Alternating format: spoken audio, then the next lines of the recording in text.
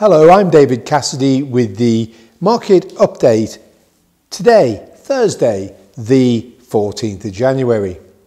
As it's been a quiet week so far on the economic data front, we thought we would address the issue which has recently appeared in many of the business pages of the press. Are equity markets in a bubble that is about to burst?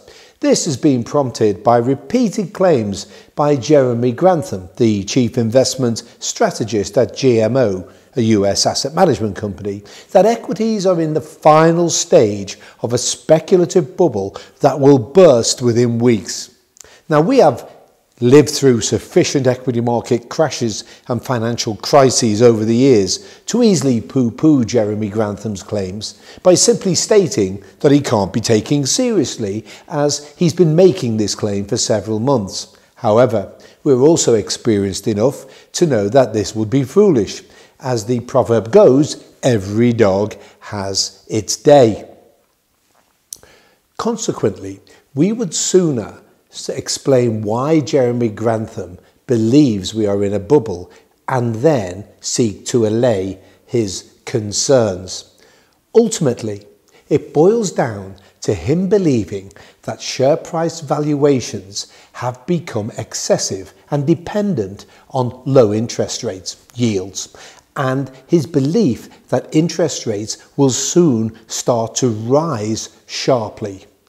While we accept that it would be simple to conclude that after last week's US Senate runoff elections in the state of Georgia, which flipped control of the Senate and gave the Democrats control of both houses of Congress and the White House, it is now easier for Joe Biden to pass the mother of all fiscal stimulus packages to stimulate the US economy.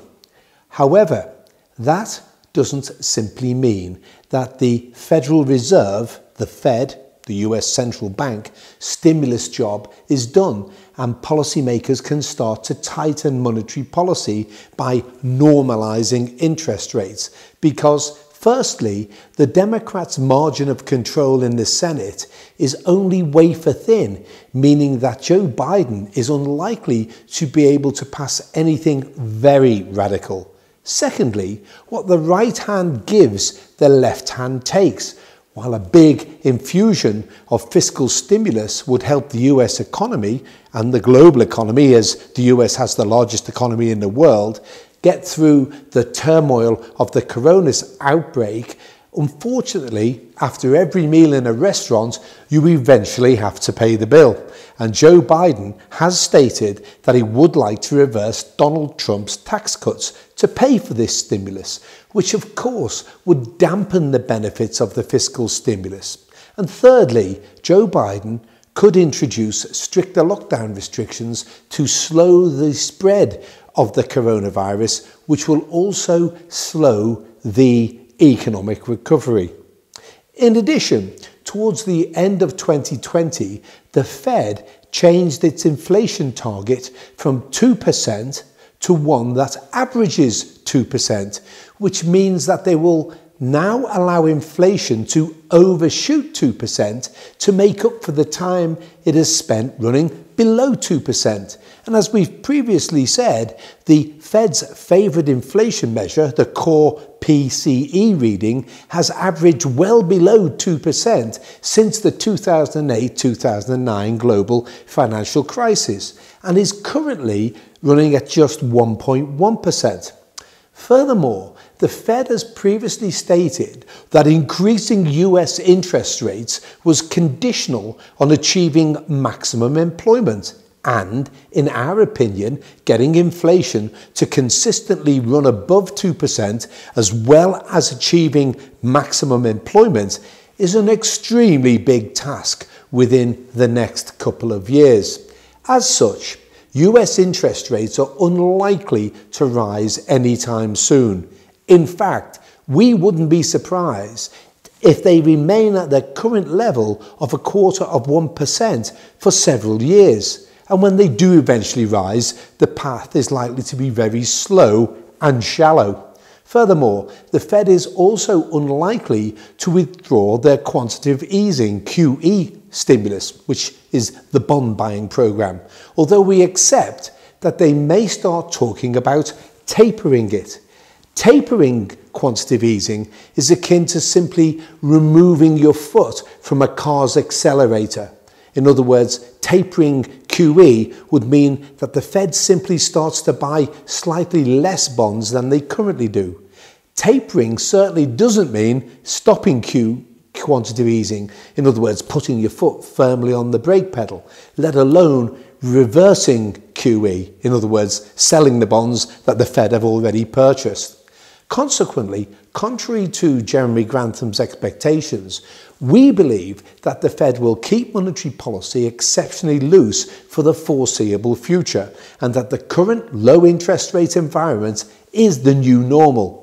Interest rates aren't going to normalise at 5% or 10%, and this is very supportive for global equities. Furthermore, lazy business journalists love to refer to high share prices as being an indicator that equities are in one massive bubble, and they've recently claimed that equity markets can't keep ignoring disappointing economic data, such as last week's US employment numbers. However, Michael de Montaigne's quote, "Nothing is so firmly believed as what we least know," springs to mind. With reference to last week's US employment data, as we pointed out in our last market update, while the reading did disappointingly show that 140,000 jobs have been lost during December, the data for October and November's job gains was revised up by a total of 135,000, which meant the unemployment rate was unchanged at 6.7%. And as we haven't exactly been bombarded with disappointing economic data, in fact, the most economic data has recently beaten expectations. For example, as we have previously highlighted, US Institute for Supply Management, ISM, data not only beat expectations, but more importantly, indicated that the US recovery is actually accelerating. In the UK, December's PMI was revised up from an initial reading of 57.3 to 57.5, its best reading since November 2013. And while we can't deny that the FTSE 100 index has recovered strongly, up around 35% from those dark days last March when the index briefly dipped below 5,000, it is still around 1,000 points, that's 12%, below its pre-coronavirus level.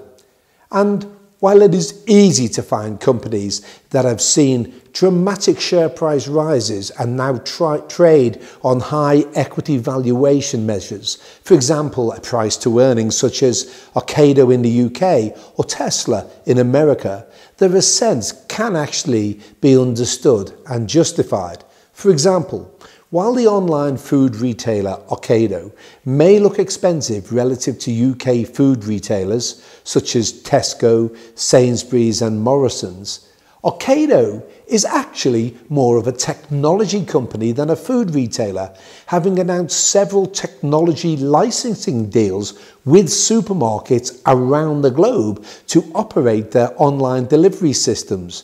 For example, fitting client warehouses with its proprietary technology and robots, which reduces the capital intensity of food retail delivery.